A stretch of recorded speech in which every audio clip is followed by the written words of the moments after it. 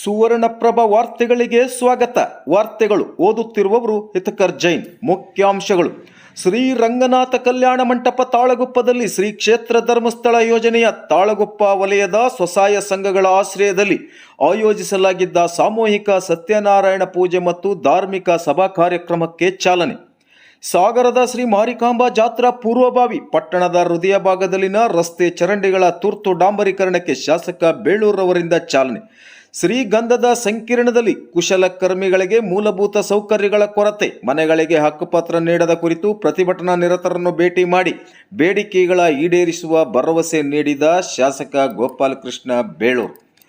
ಸಾಗರದ ಶ್ರೀ ಮಾರಿಕಾಂಬಾ ಜಾತ್ರೆಯಲ್ಲಿ ನೆಹರು ಮೈದಾನದ ಬಳಕೆಗೆ ವಸ್ತು ಪ್ರದರ್ಶನ amusement tender 1,34 lakh ರುಗಳಿಗೆ tender.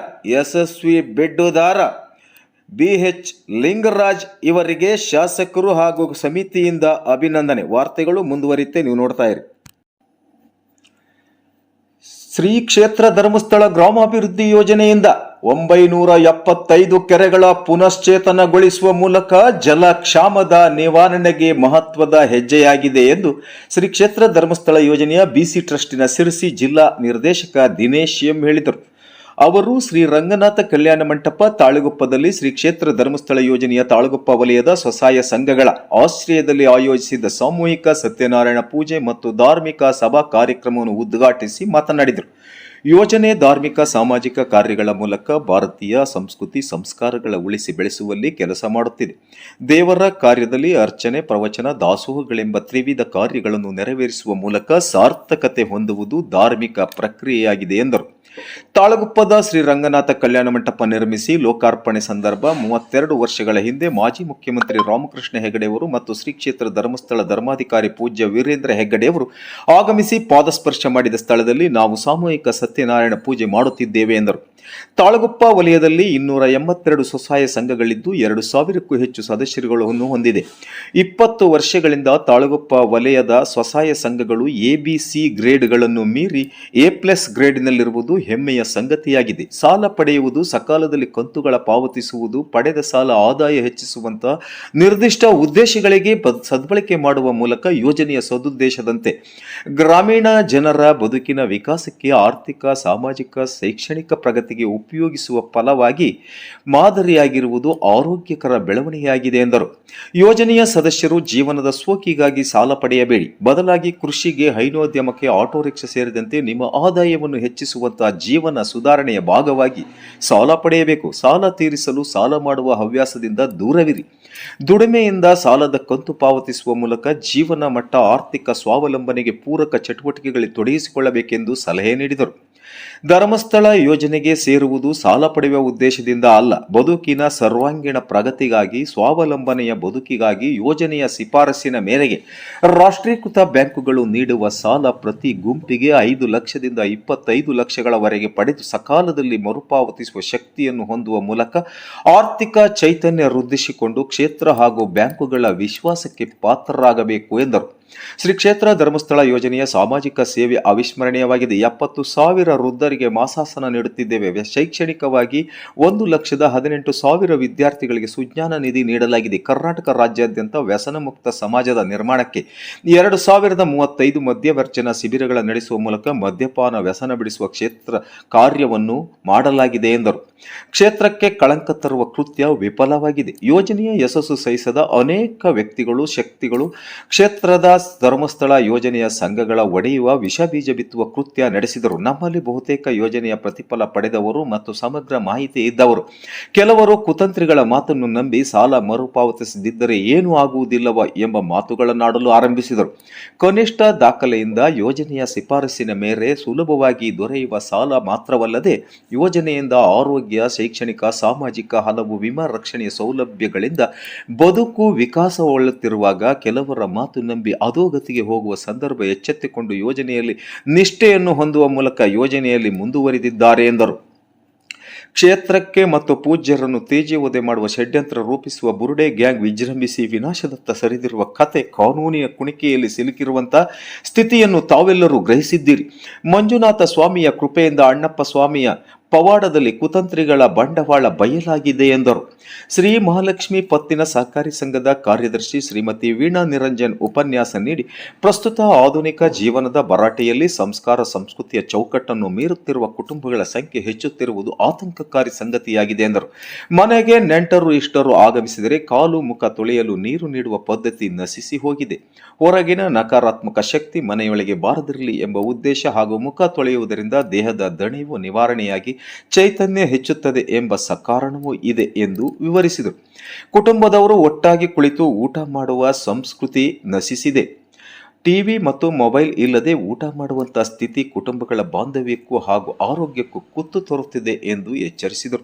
Shri ಕ್ಷೇತ್ರ ಧರ್ಮಸ್ಥಳ ಯೋಜನೆಯ ತಾಳಗುಪ್ಪ ವಲಯದ ಸಾಮೂಹಿಕ ಸತ್ಯನಾರಾಯಣ ಪೂಜೆ ಮತ್ತು ಧಾರ್ಮಿಕ ಸಭಾ ಕಾರ್ಯಕ್ರಮದ ಅಧ್ಯಕ್ಷತೆಯನ್ನು ಮಾಚ ರಾಮಮೂರ್ತಿ ವಹಿಸಿದ್ದರು. ಮುಖ್ಯ ಅತಿಥಿಗಳಾಗಿ ತಾಳಗುಪ್ಪ ಗ್ರಾಮ ಪಂಚಾಯಿತಿ ಅಧ್ಯಕ್ಷ ಲಕ್ಷ್ಮೀನಾರಾಯಣ್ ಬ್ಯಾಕೋಟ್, ತಲವಾಟ ಗ್ರಾಮ ಪಂಚಾಯಿತಿ ಅಧ್ಯಕ್ಷ ಪ್ರಸನ್ನಕುಮಾರ್, ಉದ್ಯಮಿಗಳಾದ ಎಂಆರ್ ಮೋಹನ್ ಶೇಟ್, ಮಡಿವಾಳ ಸಮಾಜದ ಅಧ್ಯಕ್ಷ ಗಣಪತಿ ಮುಸಳ್ಳಿ ಮೊದಲಾದವರು ಉಪಸ್ಥಿತರಿದ್ದರು. ಯೋಜನಾಧಿಕಾರಿ ಗಿರೀಶ್ ಜಿಪಿ ಸ್ವಾಗತಿಸಿ, ಮೇಲ್ವಿಚಾರಕಿ ನಾಗರತ್ನ ವರದಿ ವಾಚಿಸಿ ವಂದಿಸಿದರು. ಮಹಾದೇವ್ ಕಾರ್ಯಕ್ರಮ ನಿರ್ವಹಿಸಿದರು. ಈ ಕಾರ್ಯಕ್ರಮದಲ್ಲಿ ಯೋಜನೆಯಿಂದ ಸುಜ್ಞಾನ ನಿಧಿ, ಶಿಷ್ಯ ವೇತನ ಮಂಜೂರಾದ ಪಾಲಕರಿಗೆ ಮಂಜೂರಾತಿ ಪತ್ರ ವಿತರಿಸಲಾಯಿತು. ತಾಲೂಕಿನ ಹೆನ್ನಿ ಶೌರ್ಯ ವಿಪತ್ತು ತಂಡದ ಸದಸ್ಯರಿಗೆ ಕ್ಷೇತ್ರದ ವತಿಯಿಂದ ಬ್ಯಾಗುಗಳನ್ನು ವಿತರಣೆ ಮಾಡಲಾಯಿತು. ತಾಯಿ ಚಿಂತೆಯಿಂದ ಮಗುವನ್ನು ಹುಡ್ಕೊಂಡು ಹಿಂದೆ ಹೋಗ್ತಾಳೆ. ಕಿರುಬೆರಳನ್ನು ಎಳ್ಕೊಂಡು ಹೋಗಿ ಅಂಗಡಿ ಹತ್ರ ನಿಲ್ಲಿಸಿ ಕೇಳುತ್ತೆ. ಅಮ್ಮ ಹೇಳ್ತಾಳೆ, ನೋಡಪ್ಪ ಬಲೂನ್ ಬೇಡ, ಈಗ ತುಂಬಾ ಜನ ಇದ್ದಾರೆ, ಈ ಮಧ್ಯ ನೀನೆಲ್ಲಿ ಆದ್ರೂ ಹೋದ್ರೆ ಆ ಬಲೂನ್ ಒಡೆದೋಗ್ತದೆ ಮಗ, ನಿನ್ಗೆ ನಾನು ಮನೆಗೆ ಹೋಗುವಾಗ ತೆಗೆದುಕೊಡ್ತೀನಿ ಅಂತ ಹೇಳ್ತಾಳೆ. ಅದೇ ರೀತಿ ಸ್ವಲ್ಪ ಮುಂದೆ ಹೋಗುವಾಗ ಒಂದು ಸಕ್ಕರೆ ಮಿಠಾಯಿ ಅಂಗಡಿ ಕಾಣುತ್ತೆ. ಅಲ್ಲಿಯೂ ಮಗು ಎಳ್ಕೊಂಡು ಹೋಗುತ್ತೆ. ಎಳ್ಕೊಂಡು ಹೋಗಿ ಕೇಳುತ್ತೆ, ಅಮ್ಮ ನನಗೆ ಸಕ್ಕರೆ ಮಿಠಾಯಿ ಕೊಡು ಅಂತೇಳಿ. ಆಗ್ಲೂ ತಾಯಿ ಏನೋ ಕಾರಣ ಹೇಳ್ಕೊಂಡು ತಪ್ಪಿಸ್ಕೊಂಡು ಮುಂದೆ ಹೋಗ್ತಾಳೆ. ಇನ್ನಷ್ಟು ಮುಂದೆ ಹೋಗುವಾಗ ಒಂದು ಆಟಿಕೆ ಅಂಗಡಿ ಕಾಣುತ್ತೆ. ಅಲ್ಲಿಯೂ ಆ ತಾಯಿಯನ್ನು ಹೇಳ್ಕೊಂಡು ಹೋಗಿ ಮಗು ಕೇಳುತ್ತೆ, ಅಮ್ಮ ನನಗೊಂದು ಲಾರಿ ತೆಗೆದುಕೊಡು ಅಂತೇಳಿ. ಆಗ್ಲೂ ತಾಯಿ ಹೇಳ್ತಾಳೆ, ಮಗ ಅದು ಸಣ್ಣ ಲಾರಿ, ನಿನ್ಗೆ ದೊಡ್ಡ ಲಾರಿ ಬೇಕಲ್ಲ, ದೊಡ್ಡ ಲಾರಿಯ ತೆಗೆದುಕೊಡ್ತೀನಿ, ಮತ್ತೆ ತೆಗೆದುಕೊಡ್ತೀನಿ, ಮನೆಗೆ ಹೋಗಿ ತೆಗೆದುಕೊಡ್ತೀನಿ ಅಂತ ಹೇಳಿ ಅರ್ಥ ಮಾಡಿಸ್ತಾಳೆ ಮಗುವಿಗೆ. ಮುಂದೆ ಹೋಗ್ತಾ ಇರ್ತಾರೆ. ಜ್ಯೂಸ್ ಅಂಗಡಿ ಕಾಣುತ್ತೆ. ಅಲ್ಲಿಯೂ ಮಗು ಹೇಳುತ್ತೆ, ಜ್ಯೂಸ್ ಅಮ್ಮ ಅಂತ ಹೇಳಿ ಹೇಳ್ಕೊಂಡು ಹೋಗುತ್ತೆ. ಆಗ್ಲೂ ಏನೋ ಹೇಳಿ ಮುಂದೆ ಹೋಗ್ತಾಳೆ. ಹೋಗ್ತಾ ಇರ್ತಾರೆ. ತುಂಬಾ ಜನ ಸೇರಿದ್ದಾರೆ. ಸ್ವಲ್ಪ ಮುಂದೆ ಹೋಗುವಾಗ ತಾಯಿಯ ಕಿರುಬೆರಳನ್ನು ಗಟ್ಟಿಯಾಗಿ ಇಟ್ಕೊಂಡಂತ ಮಗು ಜಾತ್ರೆ ಮಧ್ಯೆ ತಪ್ಪಿ ಹೋಗುತ್ತೆ. ಮಗು ಇಲ್ಲ. ತಾಯಿ ನೋಡ್ತಾಳೆ. ಸಾಗರದ ಪ್ರಖ್ಯಾತ ಶ್ರೀ ಮಾರಿಕಾಂಬಾ ಜಾತ್ರೆ ಫೆಬ್ರವರಿ 3ರಿಂದ ಆರಂಭವಾಗಲಿದ್ದು, ಪೂರ್ವಭಾವಿಯಾಗಿ ಸಾಗರದ ಹೃದಯ ಭಾಗದಲ್ಲಿನ ರಸ್ತೆಗಳು, ಚರಂಡಿಗಳು ಸೇರಿದಂತೆ ಮೂಲಭೂತ ಸೌಲಭ್ಯಗಳ ಕಲ್ಪಿಸಲು 3.5 ಕೋಟಿ ಅನುದಾನ ಕಾಯ್ದಿರಿಸಲಾಗಿದೆ ಎಂದು ಶಾಸಕ ಹಾಗೂ ರಾಜ್ಯ ಅರಣ್ಯ ಕೈಗಾರಿಕಾ ನಿಗಮದ ಅಧ್ಯಕ್ಷ ಗೋಪಾಲಕೃಷ್ಣ ಬೇಳೂರು ಹೇಳಿದರು. ಅವರು ಶ್ರೀ ಮಾರಿಕಾಂಬಾ ದೇವಸ್ಥಾನದ ಎದುರು ಜೆಸಿ ರಸ್ತೆಗೆ ಡಾಂಬರೀಕರಣ ಕಾಮಗಾರಿಗೆ ಶಂಕುಸ್ಥಾಪನೆ ನೆರವೇರಿಸಿ ಮಾತನಾಡಿ, ಶ್ರೀ ಮಾರಿಕಾಂಬಾ ಜಾತ್ರೆಗೆ ರಥ ಸಂಚರಿಸುವ ರಸ್ತೆಗಳ ಡಾಂಬರೀಕರಣ ಹಾಗೂ ಇನ್ನಿತರೆ ಸೌಲಭ್ಯಗಳ ಕಲ್ಪಿಸಲು ಮುಖ್ಯಮಂತ್ರಿಗಳು 2 ಕೋಟಿ ರುಗಳ ವಿಶೇಷ ಅನುದಾನ ನೀಡಿದ್ದಾರೆ. ನಗರಸಭೆಯಲ್ಲಿಯೂ 1.5 ಕೋಟಿ ರುಗಳ ಅನುದಾನ ಕಾಯ್ದಿರಿಸಲಾಗಿದ್ದು, ಒಟ್ಟು 3.5 ಕೋಟಿ ರುಗಳಲ್ಲಿ ಸಾಗರವನ್ನು ಜಾತ್ರೆಗೆ ಸಜ್ಜುಗೊಳಿಸಲಾಗುತ್ತಿದೆ ಎಂದರು. ಸಾಗರದ ನಗರದಾದ್ಯಂತ ಸುಸಜ್ಜಿತ ಬೀದಿ ದೀಪಗಳ ಅಳವಡಿಕೆಗೆ ಕಾರ್ಯ ಆರಂಭವಾಗಿದೆ. 400 ಬೀದಿ ದೀಪಗಳನ್ನು ಕೊಡಿಸಲಾಗಿದ್ದು, ಕೊರತೆಯಾದಲ್ಲಿ ಇನ್ನಷ್ಟು ಬೀದಿ ದೀಪಗಳನ್ನು ಕೊಡಿಸಲಾಗುವುದು. ಸರ್ಕಾರಿ ಎಲ್ಲ ಕಚೇರಿಗಳಿಗೂ ಬಣ್ಣ ಬಳಿಸಲು ಮತ್ತು ಜಾತ್ರೆಯಲ್ಲಿ ಎಲ್ಲ ಕಚೇರಿಗಳಲ್ಲಿಯೂ ರನ್ನಿಂಗ್ ಲೈಟಿಂಗ್ ಅಲಂಕಾರಗೊಳಿಸುವಂತೆ ಆದೇಶಿಸಲಾಗಿದೆ ಎಂದರು. ಖಾಸಗಿ ಕಟ್ಟಡಗಳ ಕಾಂಪೌಂಡ್ಗಳಿಗೂ ಜಾತ್ರೆಯ ನಿಮಿತ್ತ ಬಣ್ಣ ಬಳಿಯುವ ಮೂಲಕ ಜಾತ್ರೆಯ ಕಳೆಯನ್ನು ಹೆಚ್ಚಿಸುವಂತೆ ಮನವಿ ಮಾಡಲಾಗಿದೆ. ಜಾತ್ರೆಯ ನಿರ್ವಹಣೆಗೆ 20 ಉಪ ಸಮಿತಿಗಳನ್ನು ರಚಿಸಲಾಗಿದ್ದು, ಎಲ್ಲ ಸಮಿತಿಗಳಿಗೂ ವಿವಿಧ ಇಲಾಖೆಯ ಅಧಿಕಾರಿಗಳನ್ನು ಜೋಡಿಸಲಾಗುತ್ತಿದೆ. ಊರಿನ ಜಾತ್ರೆ ಅತ್ಯಂತ ಸುಗಮವಾಗಿ ಸಕಲ ಸೌಕರ್ಯಗಳಿಂದ ವಿಜೃಂಭಣೆಯಿಂದ ಜರುಗಬೇಕು ಎಂದರು. ವೇದಿಕೆಯಲ್ಲಿ ಸಾಗರದ ಉಪವಿಭಾಗಾಧಿಕಾರಿ ವೀರೇಶ್ ಕುಮಾರ್, ನಗರಸಭೆ ಪೌರಾಯುಕ್ತರಾದ ಎಚ್.ಕೆ. ನಾಗಪ್ಪ, ಶ್ರೀ ಮಾರಿಕಾಂಬಾ ನ್ಯಾಸ ಪ್ರತಿಷ್ಠಾನದ ಅಧ್ಯಕ್ಷ ಕೆ. ನಾಗೇಂದ್ರ ಸೇರಿದಂತೆ ವಿವಿಧ ಸಮಿತಿಯ ಸದಸ್ಯರುಗಳು ಉಪಸ್ಥಿತರಿದ್ದರು. ಕುಶಲಕರ್ಮಿಗಳ ಬೇಡಿಕೆಗಳ ಕುರಿತು ಸಚಿವರು ಹಾಗೂ ನಿಗಮದ ಅಧ್ಯಕ್ಷರ ಸಮ್ಮುಖದಲ್ಲಿ ವಿಶೇಷ ಸಭೆ ಏರ್ಪಡಿಸುವ ಮೂಲಕ ಅಗತ್ಯ ಕ್ರಮ ಕೈಗೊಳ್ಳುವುದಾಗಿ ಶಾಸಕ ಹಾಗೂ ರಾಜ್ಯ ಅರಣ್ಯ ಕೈಗಾರಿಕಾ ನಿಗಮದ ಅಧ್ಯಕ್ಷ ಗೋಪಾಲಕೃಷ್ಣ ಬೇಳೂರ್ ಭರವಸೆ ನೀಡಿದರು. ಅವರು ಸೋಮವಾರ ಕುಶಲಕರ್ಮಿಗಳ ಹೋರಾಟ ಸಮಿತಿಯಿಂದ ಶ್ರೀಗಂಧದ ಸಂಕೀರ್ಣದ ಎದುರು ಪ್ರತಿಭಟನೆ ನಡೆಸಿ ಕುಶಲಕರ್ಮಿಗಳಿಗೆ ನೀಡಿದ ಮನೆ ಹಸ್ತಾಂತರಿಸಬೇಕು, ಕುಶಲಕರ್ಮಿಗಳ ಸಂಕೀರ್ಣಗಳಿಗೆ ಮೂಲಭೂತ ಸೌಲಭ್ಯಗಳ ಕಲ್ಪಿಸಬೇಕು ಸೇರಿದಂತೆ ಹಲವು ಬೇಡಿಕೆಗಳ ಈಡೇರಿಸುವಂತೆ ಹಮ್ಮಿಕೊಂಡಿದ್ದ ಹೋರಾಟದ ಸ್ಥಳಕ್ಕೆ ಭೇಟಿ ನೀಡಿ ಮನವಿ ಸ್ವೀಕರಿಸಿ ಪ್ರತಿಕ್ರಿಯಿಸಿದರು. ಕುಶಲಕರ್ಮಿಗಳಿಗೆ ಸರ್ಕಾರದ ಯಾವುದೇ ಸೌಲಭ್ಯಗಳಿಲ್ಲ, ಆರೋಗ್ಯ ವಿಮೆ, ಸಾಮಾಜಿಕ ಭದ್ರತೆ ಸೇರಿದಂತೆ ಕನಿಷ್ಠ ಯೋಜನೆಗಳು ಇಲ್ಲದಿರುವ ಕುರಿತು ಚರ್ಚಿಸಿದ ಶಾಸಕರು ಕುಶಲಕರ್ಮಿಗಳನ್ನು ಕಲಾ ಕಾರ್ಮಿಕರು ಎಂದು ಕಾರ್ಮಿಕ ಇಲಾಖೆಯ ವ್ಯಾಪ್ತಿಗೆ ಸೇರಿಸಬೇಕು, ಕಾರ್ಮಿಕ ಇಲಾಖೆಯಲ್ಲಿನ ಸವಲತ್ತುಗಳನ್ನು ಒದಗಿಸಲು ಅವಕಾಶವಾಗುತ್ತದೆ, ನೀವು ಮನವಿ ಸಲ್ಲಿಸಿದರೆ ಕಾರ್ಮಿಕ ಸಚಿವರೊಂದಿಗೆ ಸಮಾಲೋಚಿಸಿ ಸೂಕ್ತ ಅವಕಾಶ ಕಲ್ಪಿಸುವುದಾಗಿ ಹೇಳಿದರು. ಕುಶಲಕರ್ಮಿಗಳಿಗೆ ನೀಡಲಾದ ಮನೆಗಳನ್ನು ನಿಮಗೆ ಹಸ್ತಾಂತರ ಸೇರಿದಂತೆ ಸಾಗರ, ಸಿರಸಿ ಮತ್ತು ಸೊರಬ ವ್ಯಾಪ್ತಿಯ ಶ್ರೀಗಂಧದ ಸಂಕೀರ್ಣಗಳಲ್ಲಿನ ಸಮಸ್ಯೆಗಳ ಕುರಿತು ಸಚಿವರ ಗಮನಕ್ಕೆ ಹಾಗೂ ನಿಗಮದ ಅಧ್ಯಕ್ಷರು ಮತ್ತು ಅಧಿಕಾರಿಗಳ ಸಮ್ಮುಖದಲ್ಲಿ ಸಾಗರದಲ್ಲಿಯೇ ಸಭೆ ಏರ್ಪಡಿಸುವ ಮೂಲಕ ಕುಶಲಕರ್ಮಿಗಳ ನ್ಯಾಯಯುತ ಬೇಡಿಕೆಗಳ ಈಡೇರಿಸಲು ಪ್ರಾಮಾಣಿಕವಾಗಿ ಸ್ಪಂದಿಸುವುದಾಗಿ ಶಾಸಕರು ಭರವಸೆ ನೀಡಿದರು. ಕುಶಲಕರ್ಮಿಗಳ ಹೋರಾಟ ಸಮಿತಿ ಅಧ್ಯಕ್ಷ ಲೋಕೇಶ್ ಕುಮಾರ್ ಗುಡಿಗಾರ್ ಮಾತನಾಡಿ, ತಮ್ಮ ಕಲಾತ್ಮಕ ಕುಶರಿ ಕೆಲಸದಿಂದ ರಾಜ್ಯ, ದೇಶಕ್ಕೆ ಹೆಸರನ್ನು ತಂದವರು ಸಾಗರ, ಸಿರಸಿ, ಸೊರಬ, ಕುಮಟಾದ ಕಲಾವಿದರು ಇಂದು ಕಲಾವಿದರು ಜೀವನ ಅತಂತ್ರವಾಗಿದೆ.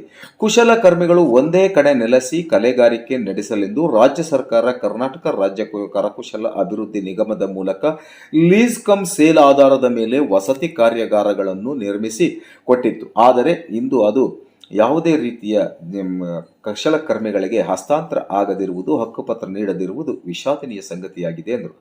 ಅದರಲ್ಲಿ ವಿಶ್ವ 1, ವಿಶ್ವ 2 ಹಾಗೂ ಪಶ್ಚಿಮಘಟ್ಟ DCH ಯೋಜನೆಯಲ್ಲಿ ಸರ್ಕಾರದ ನೆರವು ಹಾಗೂ ಕುಶಲಕರ್ಮಿಗಳ ವಂತಿಕೆ ಪಡೆದು ವಸತಿ ಕಾರ್ಯಾಗಾರಗಳನ್ನು ನಿರ್ಮಿಸಿಕೊಟ್ಟಿತ್ತು. ವಸತಿ ಕಾರ್ಯಾಗಾರಗಳನ್ನು ನೀಡುವಾಗ 22 ವರ್ಷಗಳ ಗುತ್ತಿಗೆ ಒಪ್ಪಂದ ಮಾಡಿಕೊಂಡು ನಿಗಮವು ನೋಂದಾಯಿತ ಕುಶಲಕರ್ಮಿಗಳಿಗೆ ನೀಡಲಾಗಿತ್ತು ಎಂದರು. 297ರಲ್ಲಿ ವಿಶ್ವ ಯೋಜನೆಯ ನಂತರ DCH ಯೋಜನೆಯ ಅವಧಿ ಮುಗಿದಿದ್ದರೂ ನಿಗಮವು ಇದುವರೆಗೆ ವಸತಿ ಗೃಹಗಳನ್ನು ಸಂಬಂಧಪಟ್ಟ ಕುಶಲಕರ್ಮಿಗಳಿಗೆ ಹಸ್ತಾಂತರಿಸದೆ ನಿರ್ಲಕ್ಷ್ಯ ತೋರಿಸಿದೆ. ಇದೇ ರೀತಿ ಸಿರಸಿ, ಸೊರಬ ಸಂಕೀರ್ಣಗಳಲ್ಲಿನ ವಸತಿ ಗೃಹಗಳ ಅವಧಿ ಮುಗಿದಿದ್ದರೂ ಕೂಡ ಇದುವರೆಗೂ ಅಲ್ಲಿಯೂ ಸಹ ಮನೆಗಳನ್ನು ಹಸ್ತಾಂತರಿಸಿರುವುದಿಲ್ಲ. ತಕ್ಷಣದಲ್ಲಿ ಅವಧಿ ಮುಗಿದ ವಸತಿ ಗೃಹಗಳನ್ನು ಹಸ್ತಾಂತರಿಸಬೇಕು ಎಂದು ಶಾಸಕರ ಗಮನ ಸೆಳೆದರು. ಸಿರಸಿ, ಸೊರಬ ಸಂಕೀರ್ಣಗಳು ಮೂಲ ಸೌಕರ್ಯಗಳಿಲ್ಲದೆ ಕಾಡು ಸ್ಮಶಾನಗಳಾಗಿವೆ. ಇವುಗಳ ಬಗ್ಗೆ ತಕ್ಷಣ ನಿಗಾ ವಹಿಸಬೇಕು. ವಯಸ್ಸಿನಲ್ಲಿ ಕಲಾವಿದರ ದೃಷ್ಟಿ ಕ್ಷೀಣಿಸುತ್ತಿರುವುದರಿಂದ ಈ ಸೂಕ್ಷ್ಮ ಕೆಲಸ ಮಾಡಲು ಸಾಧ್ಯವಾಗುವುದಿಲ್ಲ. 60 ವರ್ಷ ಮೇಲ್ಪಟ್ಟ ನೋಂದಾಯಿತ ಕುಶಲಕರ್ಮಿಗಳಿಗೆ ಮಾಸಾಸನ ನೀಡಬೇಕು. ಈ ಹಿಂದೆ ನಿಗಮವು ಕುಶಲಕರ್ಮಿಗಳಿಂದ ಅಲ್ಪ ಹಣವನ್ನು, ಉಳಿದ ಬಾಕಿ ಹಣವನ್ನು ನಿಗಮವೇ ಭರಿಸಿ ಕುಶಲಕರ್ಮಿಗಳಿಗೆ ವಿಮಾ ಯೋಜನೆಯನ್ನು ಅಳವಡಿಸಿತ್ತು. ನಂತರ ಅದು ನಿಂತು ಹೋಗಿದೆ. ಮತ್ತೆ ವಿಮಾ ಯೋಜನೆ ಆರಂಭಿಸಬೇಕು. ಕುಶಲಕರ್ಮಿಗಳ ಮಕ್ಕಳಿಗೆ ವಿದ್ಯಾರ್ಥಿ ವೇತನ ನೀಡುವುದು, ಮೃತರಾದ ನೋಂದಾಯಿತ ಕುಶಲಕರ್ಮಿಗಳ ಗುರುತಿನ ಪತ್ರವನ್ನು ಕುಟುಂಬದ ಸದಸ್ಯರಿಗೆ ವರ್ಗಾಯಿಸಿಕೊಡಬೇಕು. ಈ ಎಲ್ಲ ಬೇಡಿಕೆಗಳನ್ನು ತಕ್ಷಣದಲ್ಲಿ ನಿಗಮವು ನೆರವೇರಿಸಿ ಕೊಡಬೇಕು ಎಂದು ಒತ್ತಾಯಿಸಿದರು. ಪ್ರತಿಭಟನೆಯಲ್ಲಿ ಕಲಾಕರ್ಮಿಗಳಾದ BR Nagaraj, Diwakar MS, G Dharmaraj, Meenakshi Ramachandra, Gangamma, Bharati R, Savita, Shobha TP, Nagesh, Suma BR, TS Lakshminarayana, Manjunath MS, Damodar, TV Shivananda, MG Thirumalesh, Nagesh G Sirsi, VK Shivananda, N Annappa, VC Shivakumar, Jayant, Rajeshwari ಮೊದಲಾದವರು ಉಪಸ್ಥಿತರಿದ್ದರು. ನಾನೊಂದು ಪ್ರಯತ್ನ ಮಾಡ್ತೇನೆ. ಆಯ್ತಾ? ಇಷ್ಟು ಹೇಳ್ತೇನೆ, ನಿಮ್ಗೆ ಒಳ್ಳೇದಾಗುತ್ತೆ, ನಿಮ್ಮ ಹೋರಾಟಕ್ಕೆ ಜಯವಾಗಲೆಂದು ನಾನು ಹೇಳ್ತಾ ಇವತ್ತಿನ ಈ ಹೋರಾಟವನ್ನು ಇಲ್ಲಿಗೆ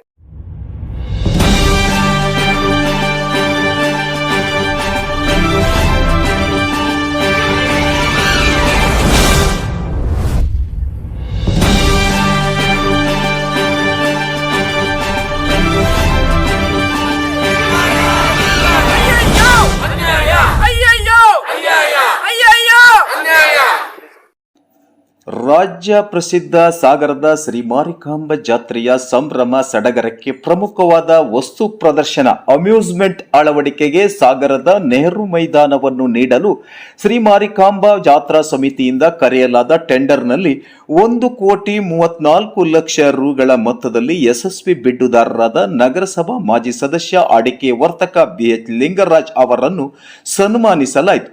ಸೋಮವಾರ ಸಂಜೆ ಸಾಗರದ ಶ್ರೀ ಮಾರಿಕಾಂಬಾ ನ್ಯಾಸ ಸಮಿತಿ ಕಚೇರಿಯಲ್ಲಿ ಶಾಸಕ ಗೋಪಾಲಕೃಷ್ಣ ಬೇಳೂರು ಹಾಗೂ ಮಾರಿಕಾಂಬಾ ಸಮಿತಿಯ ಅಧ್ಯಕ್ಷರು, ಪದಾಧಿಕಾರಿಗಳು ಮತ್ತು ಬಿಡ್ದಾರರ ಸಮ್ಮುಖದಲ್ಲಿ ಟೆಂಡರ್ ತೆರೆಯುವ ಪ್ರಕ್ರಿಯೆ ನಡೆಯಿತು. ಟೆಂಡರ್ ತೆರೆದಾಗ ಅಚ್ಚರಿ ಎಂಬಂತೆ ಕಳೆದ ಜಾತ್ರೆಯಲ್ಲಿನ ಕೇವಲ 52 ಲಕ್ಷ ರುಗಳಿಗೆ ಟೆಂಡರ್ ನೀಡಲಾಗಿತ್ತು. ಪ್ರಸ್ತುತ ಟೆಂಡರ್ 1,34 ಲಕ್ಷ ರುಗಳಿಗೆ ಟೆಂಡರ್ ಪಡೆಯುವ ಮೂಲಕ ಅತಿ ಹೆಚ್ಚು ಆದಾಯ ಶ್ರೀ ಮಾರಿಕಾಂಬಾ ಸಮಿತಿಗೆ ದಾಖಲಾದಂತಾಗಿತ್ತು. ಟೆಂಡರ್ ಪ್ರಕ್ರಿಯೆ ನಂತರ ಯಶಸ್ವಿ ಬಿಡ್ಡದಾರರಾದ ನಗರಸಭಾ ಮಾಜಿ ಸದಸ್ಯ ಅಡಿಕೆ ವರ್ತಕ BH ಲಿಂಗರಾಜ್ ಅವರನ್ನು ಶಾಸಕ ಬೇಳೂರು ಸನ್ಮಾನಿಸಿ ಮಾತನಾಡಿ, ಅತಿ ಹೆಚ್ಚಿನ ಮೊತ್ತಕ್ಕೆ ಯಶಸ್ವಿ ಬಿಡ್ಡದಾರರಾದ ನಮ್ಮೂರಿನ ಉದ್ಯಮಿ ಲಿಂಗರಾಜ್ ಅವರಿಗೆ ಒಳ್ಳೆಯದಾಗಲಿ ಎಂದು ಆಶಿಸಿದರು. ಪ್ರಸಕ್ತ ಬಾರಿ ಶ್ರೀ ಮಾರಿಕಾಂಬಾ ಸಮಿತಿಗೆ ಹೆಚ್ಚಿನ ಆದಾಯ ಬಂದಿದೆ. ಸಂಗ್ರಹವಾಗುವ ಆದಾಯದಿಂದ ಶ್ರೀ ಮಾರಿಕಾಂಬಾ ಸಮಿತಿಯಿಂದ ಒಂದು ಸುಸಜ್ಜಿತ ಕಲ್ಯಾಣ ಮಂಟಪ ನಿರ್ಮಿಸಲು ಉದ್ದೇಶಿಸಲಾಗಿದೆ. ಮಾರಿಕಾಂಬಾ ದೇವಿಯ ಆಶೀರ್ವಾದದಿಂದ ಊರಿಗೆ ಅನುಕೂಲವಾಗುವಂತಹ ಶಾಶ್ವತ ಕಾಮಗಾರಿ ನಿರ್ಮಿಸಲು ಉದ್ದೇಶಿಸಲಾಗಿದೆ. ಜಾತ್ರೆಯ ನಂತರ ಯೋಜನೆಗೆ ರೂಪಿಸಲಾಗುತ್ತದೆ ಎಂದರು. ಯಶಸ್ವಿ ಬಿಡ್ದಾರ ನಗರಸಭಾ ಮಾಜಿ ಸದಸ್ಯ ಅಡಿಕೆ ವರ್ತಕ BH ಲಿಂಗರಾಜ್ ಪ್ರತಿಕ್ರಿಯಿಸಿ, ಪ್ರಸಕ್ತ ಮಾರಿಕಾಂಬಾ ಜಾತ್ರೆಯಲ್ಲಿ ಅಮ್ಯೂಸ್ಮೆಂಟ್ ಟೆಂಡರ್ ನನಗೆ ದೊರೆತಿದೆ. ಎಲ್ಲರ ಸಹಕಾರ ನೀಡಬೇಕು. ಜಾತ್ರೆಯಲ್ಲಿ ಸ್ನೇಹಿತರು ಸಾಗರ ತಂಡದಿಂದ ದಾಸೋಹವೂ ಇರುತ್ತದೆ, ಸಹಕರಿಸುವಂತೆ ಕೋರಿದರು.